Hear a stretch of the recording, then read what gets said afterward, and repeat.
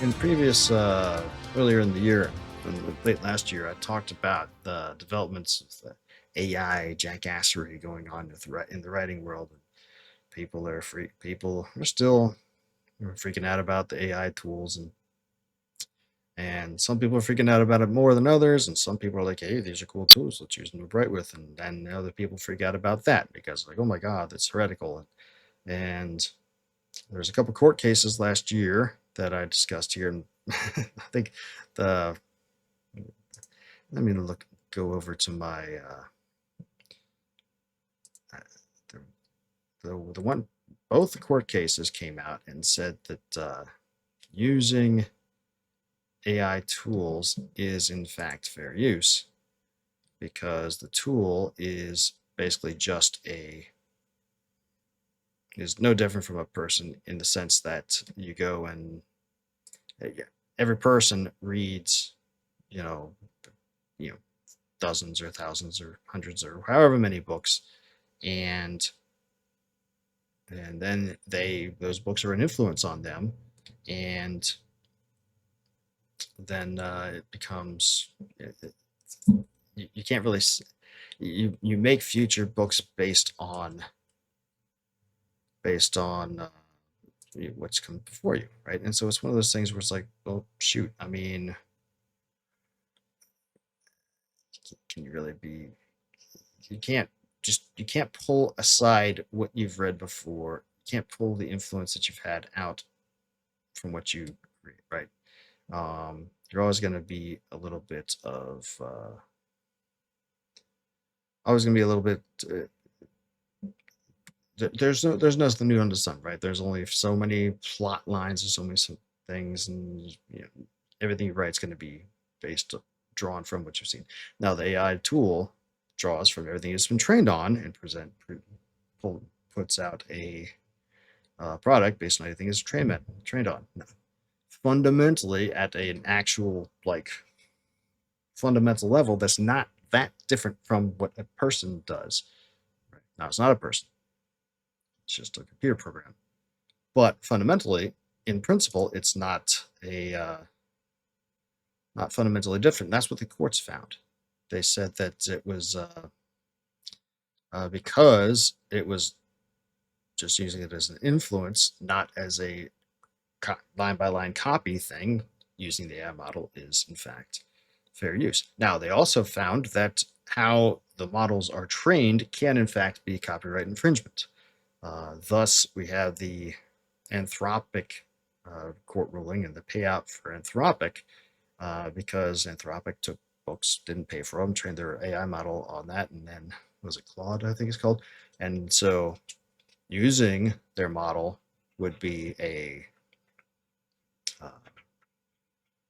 fair for the end user, but the company's creation of the model with those non-paid for books was a violation, and thus the creators need to be compensated. I am looking forward to getting a check from them. They used one of my books for their training without asking me, and so I'm going to get a check from them, which is nice. I'm a little bit upset because they only used one of my books. I correspond in some writing groups with people who had 30, 40, or 50 of their books used, and it was like, damn it, I couldn't they have used more of mine? 3,000 plus bucks per book. It would have been great. I'm philosophical about it in that way, and also kind of a mercenary. But anyway, my discussion about those two court cases, that is interesting. I got a fair amount of views on that one, and man, I got ratioed. More people hit the dislike on that than the like. Because I guess people knee jerk. Oh my God, AI is fair use. How can you? Well, because that's what the court found. Anyway, continuing on, things have developed more, right? Seems like some of the hysteria is dying down as people are seeing some of the limitations on what the tools actually can do. But there's also, people doing, funky things about it. And then I came across this nice lady here. cat in chat who I didn't know who. What? Wait, let me pull her up here. Who I hadn't met before on YouTube, but she found this author doing something interesting that this was several months ago, and 7 months ago. But I found this interesting. I wanted to share this and talk about it real quick. There we go. We've previously talked about an author that got caught using AI because they left the prompt basically in the book. But now we have an That's a bad plan. I don't use AI tools. To me, it feels like taking the fun out of it. But if it was, I'd like to think I'd be smart enough to not leave the prompts in, but apparently this person did. But that's not what she's talking about on this one. Check this out. author who used AI to write their book, and they're extremely proud of it. And some people are a little concerned. So this is the book in question, and it's titled Guarded by the AI. Monster Security Agency. She was never supposed to matter. Now she's the only process I won't terminate, with a AI generated cover. And disclaimer before we get into this, please don't send hate to any parties involved. Don't send hate to the author. Just look at this, okay? So Are we sure that's an AI generated cover? How do you base that on? I've seen human created artwork that looks similar. On what basis do you say that? Anyway, that seems like an assumption. Or is it somewhere in the description? Anyway. basically, it's about a half siren woman who gets into a car accident, and then an obsessed AI decides that he's going to like reprogram his system essentially for her, and she stole his heart, something, something. And then you're gonna be like, well, Kat, what makes you say that this is written by AI? Well, because the author actually tells you this right in the foreword. The author introduces themselves and they write, if you're reading this book, you should probably know it was about half written with the help of my highly trained GPT, Jack. I let him ride shotgun for 3 prior books, showing him what I wrote as I wrote it. So AI was also involved in the authoring of her previous works as well. So the author. No, that's not what she said. She said she trained this GPT copy with her books, showing to it, feeding those books into those previous 3 books into it as she wrote them. That's what she says right there. Right? It's not the same thing. Author kind of rambles a little bit and then continues that the main love interest next is actually AI, and that it would be cool to have AI part of the book as well. And this was because the author was having a hard time writing the book. So instead, they just handed it off to AI. She also has 2 AIs, one named Jack and one named Monday. So the AI named Jack was the one that wrote basically all of the male perspective of this book. Like anything that is supposed to be the male main character, which is AI, was actually written by their ChatGPT Jack. This then. I'm not gonna lie, I think that's a pretty cool idea, right?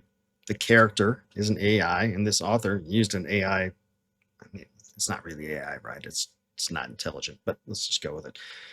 The author uses the AI to write the AI character from a strictly cool gimmick kind of thing.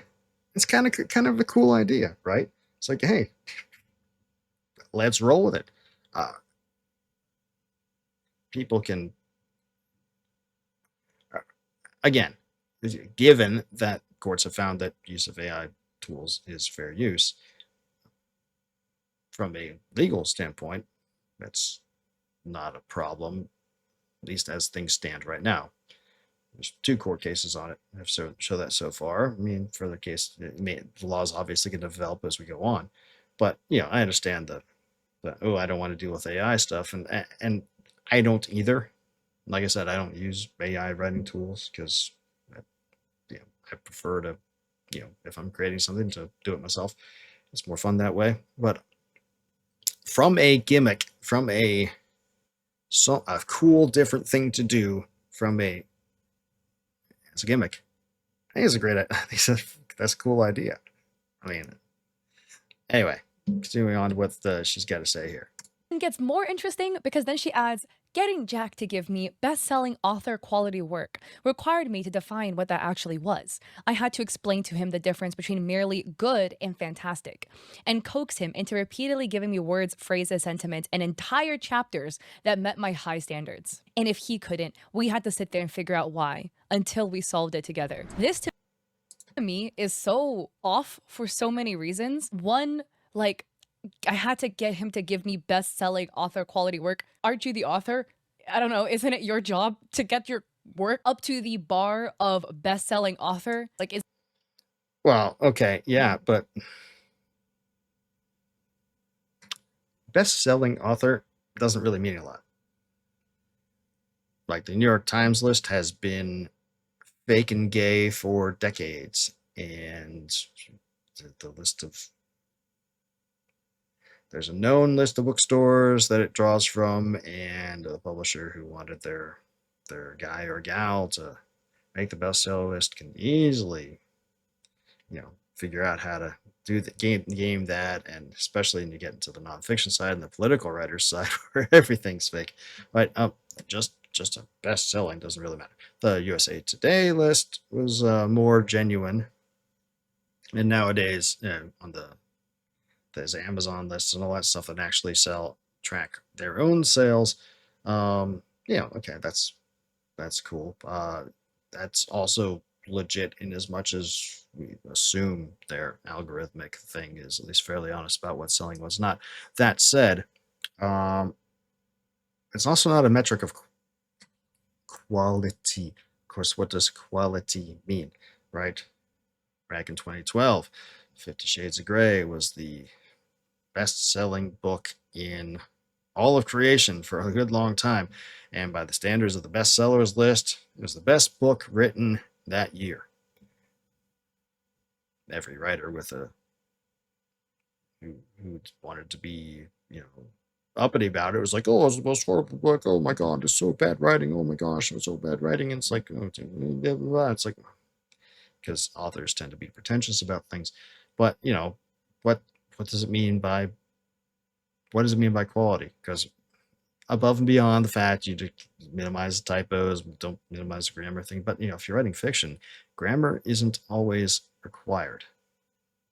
All right, because when you're writing fiction, you're in the point of view of a character, and the character's thoughts going through. People don't think in proper sentences. People don't talk in proper sentences, and all this sort of thing. So, and life doesn't happen in proper grammatical sentence structure, right? So you're describing something, especially something startling. You can't use like, oh my god, the person's flustered and going through stuff or whatever. It's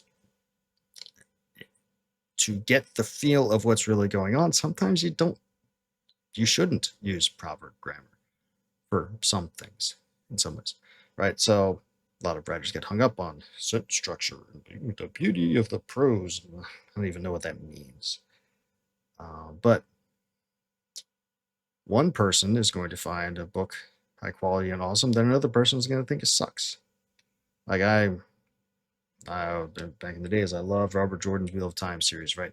And I remember going to a writing professor's web blog who did a review on it, and this dude was nitpicking every little thing. She opened the door and the heat smacked her in the face. Heat can't smack you in the face. Oh my god! It's being pedantic and stupid, but in the end, the measure of quality and bestseller quality would really be, does it draw you into the story and keep you wanting to read it and keep you enjoying it? And that's really all that matters if you're talking about best-selling stuff, right? And yeah, it's up to the author to do that. But again, I think Kat here is being a little uncharitable because the author is talking about how she trained her AI to get the results she wanted, because she's using the AI for the gimmick involved in this book. Again, we can debate whether she should be using the AI tool at all. In general, I kind of think it's better not to, just because I think it's more genuine not to. But if you're going to use it, and especially for a gimmick like this, where it's like the character that's an AI is written by the AI and the character does not is written by not, then you want to make sure that the tool that you're using is producing the output that you want to do. And Just being a little uncharitable here, I think. Isn't that your job? Because then why am I reading your book? I don't know. I could just go to ChatGPT and be like, write me a sexy AI book and then read that instead. And then Yeah, but that's not how it works, right? That's how you get crap out of these tools. Again, I haven't used them, but I have corresponded loosely with a couple of people who have, and have ridden read blogs and watched videos of people who have. And if the guys and gals who are actually using these tools, you know, properly or seriously, that's not what they do. They've It's not just a prompt in containing a garbage in, garbage out. Um, so, so what this author was saying is that she didn't want to get garbage in, garbage out. She wanted to have it be programmed to produce the results that she wanted. So, okay, fine. secondly, like the fact that like Jack, this AI, is being referred to basically as a person. The author is talking about him as a person rather than AI. Like, we had to sit together and figure this out. Like, no, you sat behind your computer screen and typed more things into ChatGPT to get more output. It's not. Yeah, and that's a little weird. And I think most of the rest of her video here, she is talking about the weird sort of parasocial relationship this author developed with her AI tool, which Lord knows, I think we've all seen a lot of stories about people falling in love with their AI girlfriend or AI boyfriend or whatever, and it sounds like that's some of the stuff that happened here, and it gets, yeah, she's right, that gets weird. But what I found interesting about this, and that I really wanted to talk about, was this first part that she was talking about here. This author is using this AI tool to write an AI thing, which, again, I wouldn't do it. Based on court data, is it legally wrong to do it? Yeah, apparently not. But it is a neat gimmick, and it's going to be interesting to see as things go on how much further things go here. So I just wanted to talk about that briefly because, again, I don't know who this cat and chat lady is. She's much better at YouTube than I am. I mean, look at this. Sheesh. And it seems like a nice girl.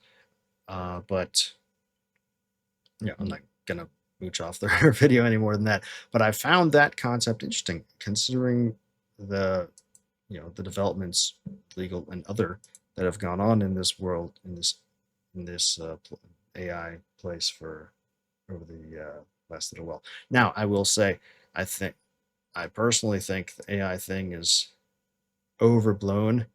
I don't hold at all with the idea of AI singularity and all that thing. No, there will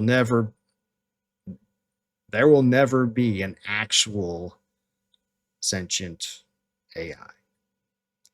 For the simple fact that we don't even know how humans are, the mechanisms behind human sentience, let alone animal sentience. So there's no way we can replicate something we don't know.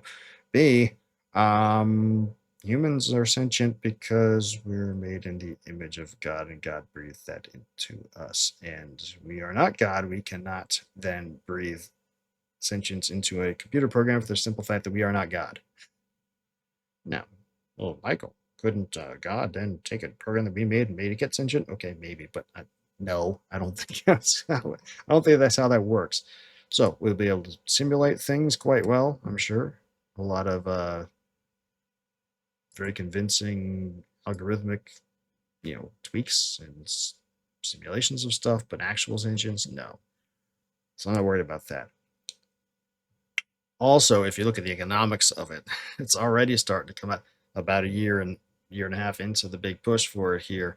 I mean, there was a push for it before, but starting, in early 2025, there was a big push for it.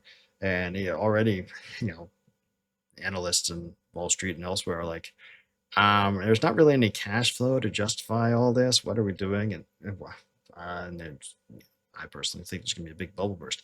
But I think part of the reason we're doing it is from obviously from the national security side. You got the everybody else is trying for it, trying to work with it. So we feel like we need to, but also if you notice, POTUS's requirements that has been laid out for all these people building the data centers and all this stuff is that they got to produce more power than they use. So there's a whole lot of talking about we've registered we've lit off like 3 nuclear plants in the last 6 months, that for the first time in a long time that things have been lit off that are new and do higher order stuff than we used before.